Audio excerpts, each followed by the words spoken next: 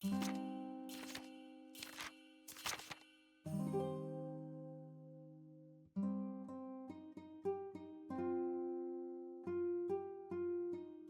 గారు ఈవిడ ఒంటరి మహిళ. ఈమెకు తోడెవరూ లేరు. అమ్మా, నాన్న కానీ, తోబుట్టువులు కానీ ఎవరూ లేరు.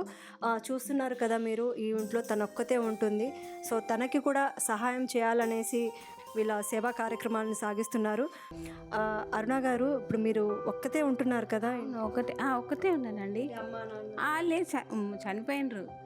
వీళ్ళు మీకు సహాయం చేస్తున్నారు కదా, మరి మీకు ఎట్లా అనిపిస్తుంది? అంటే వీళ్ళు మంచి పని చేస్తున్నారు, ఇంకా మీలాంటి వాళ్ళకి ఇంకా ఎక్కువ మందికి చేయాలని మీరేం చెప్తారు? ఏదో లేని వాళ్ళకు కొన్ని ఇది ఎట్లాంటి హెల్ప్ చేస్తే కొంచెం ఏదో మనకు సహాయం ఉంటుందని నేను అదే అంటున్నాను. చాలా థ్యాంక్స్ అండి, చాలా ప్రణయ్ సార్కి థ్యాంక్స్. సో, అరుణ గారి ప్రస్తుత పరిస్థితి చూశారు కదా. ఆర్థికంగా తను చాలా చాలా ఇదిగా ఇబ్బందుల్లో ఉన్నారు. దేవుడు అనేవాడు ఉంటాడు, ఎందుకంటే దేవుడు ఎక్కడో ఉండడు. ఒక మనిషికి మంచి మనసు ఇస్తే ఆ మనసులో దేవుడు కొలువై ఉన్నాడని మనం వీళ్ళ ద్వారా అయితే చెప్పచ్చు. ఎందుకంటే ఇంత బాగా ఇబ్బందుల్లో ఉన్న ప్రజలకి ఎవరికైతే అవసరం ఉందో వాళ్ళకు వీళ్ళు వెతికి మరి నిత్యావసరాలు తీసుకొచ్చి వాళ్ళకు, అంటే జీవితాంతం చేయలేకపోవచ్చు, కానీ వీళ్ళ తరపున కనీసం ఒక వారం 2 వారాలు కూడా వాళ్ళు సంతృప్తిగా భోంచేసే పరిస్థితి అయితే వీళ్ళు కల్పిస్తున్నారు. సో, కేపీఆర్ ఫౌండేషన్ వారు ఇంకా ఇలాంటి కార్యక్రమాలు, సేవా కార్యక్రమాలు ఇంకా విస్తరింపజేయాలని మనస్ఫూర్తిగా కోరుకుంటూ, సో వీళ్ళందరికీ థ్యాంక్స్ చెప్తున్నాం మేము కూడా. సో, మానవ సేవే మాధవ సేవ. సేవ చేయడం వల్ల మనిషి తగ్గిపోడు, గొప్పవాడే అవుతాడు. ముషీరాబాద్లోని వినయ్ గారి వారింట్లో ఉన్నాము.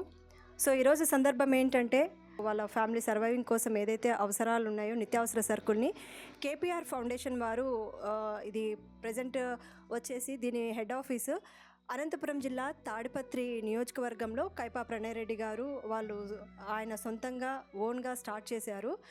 అసలు ఈ ఫౌండేషన్ గురించి వినయ్ గారికి ఎలా తెలుసు, వీరి సేవలు ఎలా తెలుసు, అసలు వినయ్ గారు కేపీఆర్ ఫౌండేషన్ వ్యవస్థాపకులైన కైపా ప్రణయ్ రెడ్డి గారిని ఎలా సంప్రదించారో అది మనం వినయ్ గారి మాటల్లో తెలుసుకునే ప్రయత్నం చేద్దాం. నమస్తే వినయ్ గారు. వినయ్ గారు, ఇప్పుడు కేపీఆర్ ఫౌండేషన్ వ్యవస్థాపకులైన కైపా ప్రణయ్ రెడ్డి గారు, సో ఈ ఫౌండేషన్ను నడుపుతూ వారు సేవలను అందిస్తున్నారు, చాలామందికి వారి అవసరాలను తీరుస్తున్నారు. మీరు ఆయన్ని ఏ విధంగా మీరు అప్రోచ్ అయ్యారు? మేడం, నాకు సోషల్ మీడియాలో KPR foundation Pranay sir call చేశాను. సార్, నేను ఇట్లా 5 years బ్యాక్ నాకు ప్యారలైజ్ అయింది, లెఫ్ట్ హ్యాండ్ లెగ్ ప్రాబ్లము, నాకు ఎలాంటి బ్యాక్ సపోర్ట్ లేదు, నాకు కొద్దిగా గ్రాసరీస్ సపోర్ట్ చేయండి. వెంటనే రెస్పాండ్ అయ్యి నాకు వాళ్ళ గ్రాసరీస్ నాకు హెల్ప్ చేయడానికి వచ్చారండి ప్రణయ్ సార్. వినయ్ గారు, ఇప్పుడు మీరు ఒకప్పుడు చాలా మంచి జాబ్లో ఉండేవారు అనేసి తెలుసుకున్నాం మేము. సో, మీరు అంత మంచి జాబ్లో చేస్తున్న వారికి మరి మీరు ఈ పరిస్థితికి మీరు ఎలా హెల్త్ ఇష్యూ వచ్చింది? మేము నేను హోటల్ మేనేజ్మెంట్ చేసి నేను ఒక షెఫ్ ఉండే. నేను ఆంధ్ర అబ్రాడ్లో కూడా చేశాను, నేను గల్ఫ్లో. ఒక బీపీ ట్యాబ్లెట్ వల్ల నాకు లాక్డౌన్లో నేను ఒక 1 monthలో హెడేక్ వచ్చి మైగ్రేన్ వచ్చి ఇంట్లోనే మొత్తం అయితే లెఫ్ట్ ప్యారలైజ్ అయిపోయింది. దాని తర్వాత మెడిసిన్స్ అయిపోయింది, మళ్ళీ దాని తర్వాత మళ్ళీ స్ట్రోక్ మీద వచ్చింది, మళ్ళీ యాక్సిడెంట్ అయింది నాకు ఇదే హ్యాండ్ మీద. మళ్ళీ దాని తర్వాత డాక్టర్స్ అన్నారు ట్రీట్మెంట్ ఏం లేదు, ఓన్లీ బీపీ ట్యాబ్లెట్స్ తీసుకున్నాను. బట్ మెయిన్ థింగ్ ఏంటంటే I'm not getting any support from నాకు గవర్నమెంట్ నుంచి. మెయిన్ పెన్షన్ రావట్లేదంటే, నాకు పెన్షన్ లేదు, ఇంకో నాకు జాబ్ లేదు, ఉన్న జాబ్ పోయింది, నేను చేయలేను, డిజబుల్ పర్సన్. మెయిన్ ఏంటంటే ఇప్పుడు నా ఒక ఆర్గనైజేషన్ చూసాను సోషల్ మీడియాలో రిగార్డింగ్ కేపీఆర్ ఫౌండేషన్ ఇట్లా ఉంది. దాని తర్వాత నేను అప్రోచ్ అయ్యాను సార్ని. నాకు వెంటనే నాకు ఇట్లా గ్రాసరీస్ నాకు సపోర్ట్ చేస్తారు. So much sir. నమస్తే ప్రణయ్ గారు. నమస్తే అండి. వినయ్ గారు నుంచి ఫోన్ వచ్చిన తర్వాత మీరు ఎలా రెస్పాండ్ అయ్యారు? యాక్చువల్గా వినయ్ గారు సోషల్ మీడియాలో నా నెంబర్ తీసుకొని కాల్ చేయడం జరిగింది. ఫస్ట్ ఆఫ్ ఆల్ ఆ టైంలో ఏం జరిగిందంటే, తన బాధలు పరిస్థితులు ఇలాగ నాకు పెరాలసిస్ వచ్చింది, left hand and left leg 2 నాకు పని చేయట్లేదు, నా ఆర్థిక పరిస్థితి కూడా ఏం బాగలేదు, నాకంటూ ఒక భార్య ఉంది, తన పరిస్థితి కూడా ఏం పని చేయలేని పరిస్థితి, కేవలం నన్నే చూసుకుంటూ అంటే ఉదయం నుంచి సాయంత్రం వరకు నా దగ్గరుండి అన్నీ చూసుకోవడానికి తనకి టైం ఉండడం వల్ల తను ఏ పని చేయలేని పరిస్థితి యాక్చువల్ తను. అందుకోసం మీ సహాయం మాకు కావాలి అనేసి నాకు ఫోన్ చేసి అడగడం వల్ల నేను కూడా సరే అనేసి మన టీం సభ్యులు తెలంగాణలో కూడా మనకి టీం సభ్యులు ఉన్నారు యాక్చువల్గా. వాళ్ళతో పాటు నేను ఇక్కడికి పంపించడం జరిగింది. వీళ్ళ పరిస్థితి ఏంటి, ఎందుకు ఇతను ఇలా అయినాడు అనేసి ఇలాగ చేయి కూడా ముడుతూ ఉంటుంది అనమాట యాక్చువల్గా ఇతనికి అని నేను మొత్తం వివరించి ఒకసారి ఎంక్వైరీ చేయడం జరిగింది. వాళ్ళు ఏం చెప్పినారంటే వీళ్ళ పరిస్థితి నిజంగానే బాగాలేదు, మనమైతే వీళ్ళకి సాయం చేయాల్సిందే అనేసి మన శివారెడ్డి అండ్ శ్యామలా గారు కూడా చెప్పడం జరిగింది. వెంటనే మనము ఈరోజు మీ ఆధ్వర్యంలో మన కేబీఆర్ ఫౌండేషన్ తరపున వీళ్ళకు నెలకు సరిపడా నిత్యావసర సరుకులు అందించడం జరిగింది. ఇప్పుడున్న పరిస్థితుల్లో చాలామంది ఫేక్ వాళ్ళే ఉన్నారండి సాయం చేసే పరిస్థితుల్లో. ఇలాగ మనం నీతి నిజాయితీగా సేవా కార్యక్రమాలు చేయాలనేసి మన కేబీఆర్ ఫౌండేషన్ ముఖ్య ఉద్దేశం. అయితే మనం టీం సభ్యులతో మనం ఎంక్వైరీ చేయించేది డైరెక్ట్గా వాళ్ళ ఇంటికి మాత్రమే కాదు, చుట్టుపక్కల ప్రాంతంలో అంటే పక్కన ఇళ్ళు ఉంటాయి కదా, అక్కడ కూడా వెళ్ళి టీమ్స్ ఇంతకు ఏంటి వాళ్ళ పరిస్థితి, నిజంగా వాళ్ళకి నీడ్ ఉందా లేదా, మనం చేయగలమా చేయలేమా, వాళ్ళ ఆర్థిక పరిస్థితి అండ్ వాళ్ళకి అంటే ఇంట్లో పేరెంట్స్ సహాయం ఉందా లేదా, తల్లిదండ్రులు ఉన్నారా లేదా, భార్య భర్తలు పిల్లలు, ఇలాగా అనేక రకాలుగా ఇక్కడ హైదరాబాద్ మాత్రమే కాదు కానీ వైజాగ్, కాకినాడ, సంథింగ్ అనంతపూర్, కడప, కర్నూలు వివిధ డిస్ట్రిక్ట్స్లలో కూడా మేము సేవా కార్యక్రమాలు అయితే చేస్తున్నాం. ఎక్కడ చేసినా కూడా ఇదే విధంగానే టీం మెంబర్స్ లేకపోయినా కూడా సంథింగ్ రిలేటివ్స్ ఫ్రెండ్ సర్కిల్ ఉంటారు, వాళ్ళు కూడా మాకు సాయం చేస్తారు. అంటే ఇలా వెళ్ళి మీరు ఎంక్వైరీ చేయండి అంటే వెంటనే మాకు సపోర్ట్ చేయడం ఉంటుంది.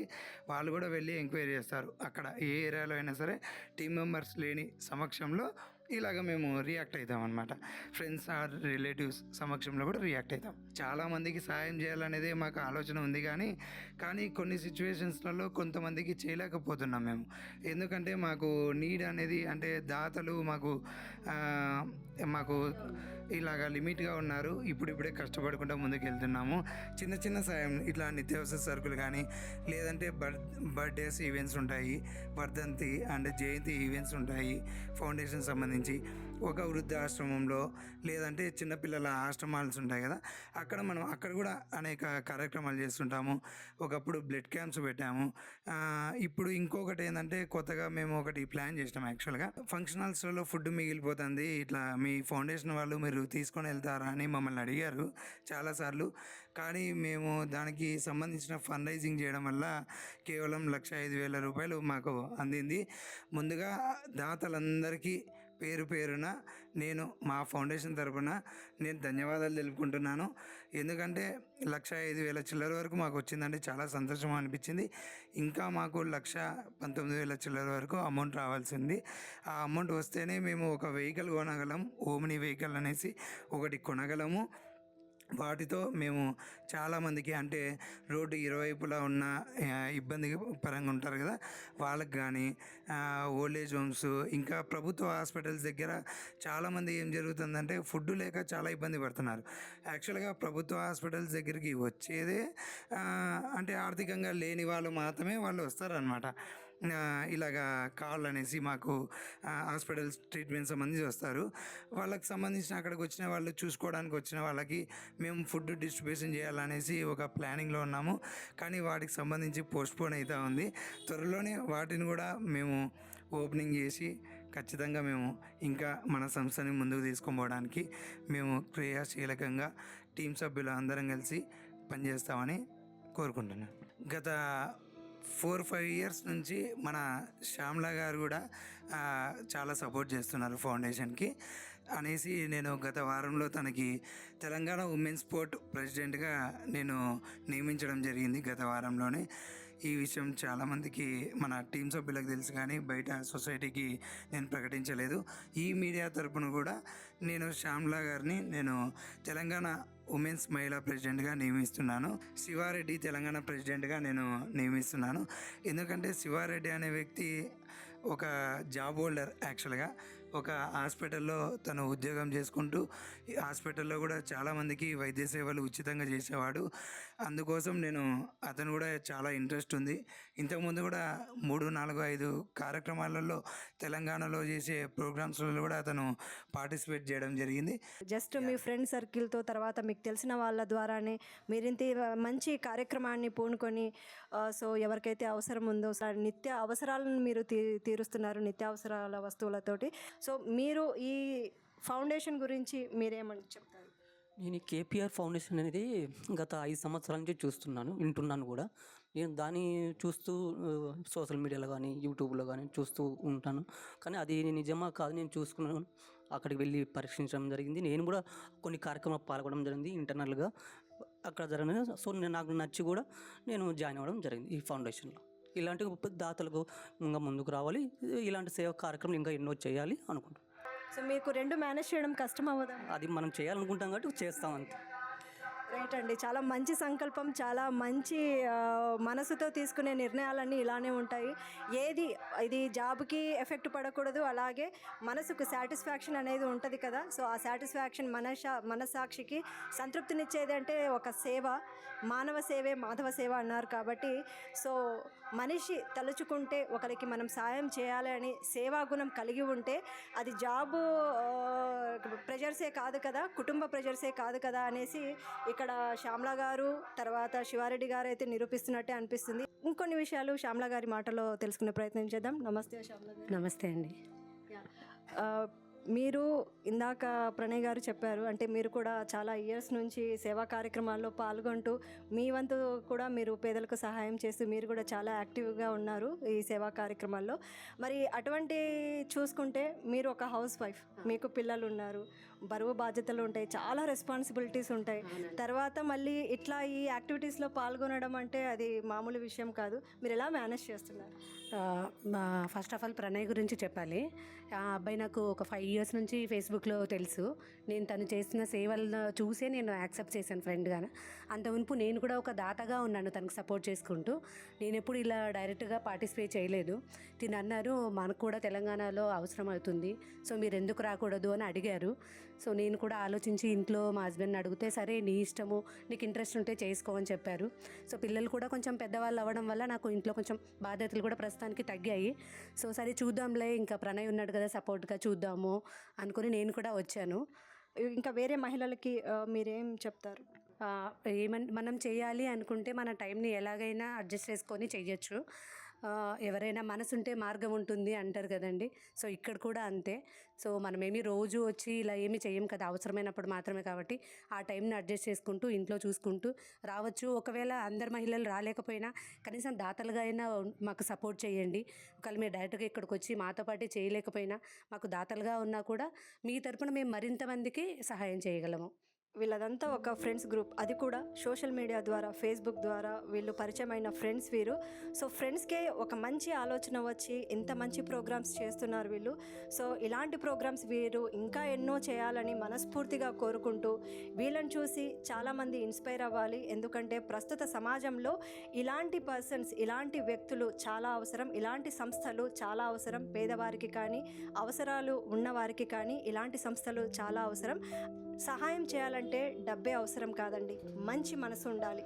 కాబట్టి మంచి మనసున్న వాళ్ళంతా ఇలా ముందుకొచ్చేసి వీళ్ళకు సపోర్ట్గా చేస్తూ, మీరు దాతలుగా అయినా మీరు సపోర్ట్ చేయండి, లేదా టీమ్ మెంబర్స్గా అయినా మీరు సపోర్ట్ చేయండి. ఇంత మంచి కార్యక్రమాలు చేస్తున్న వ్యక్తులకు, ఇలాంటి సంస్థలకు మనం సపోర్ట్ చేయడం ఎంత మాత్రం తప్పు కాదు.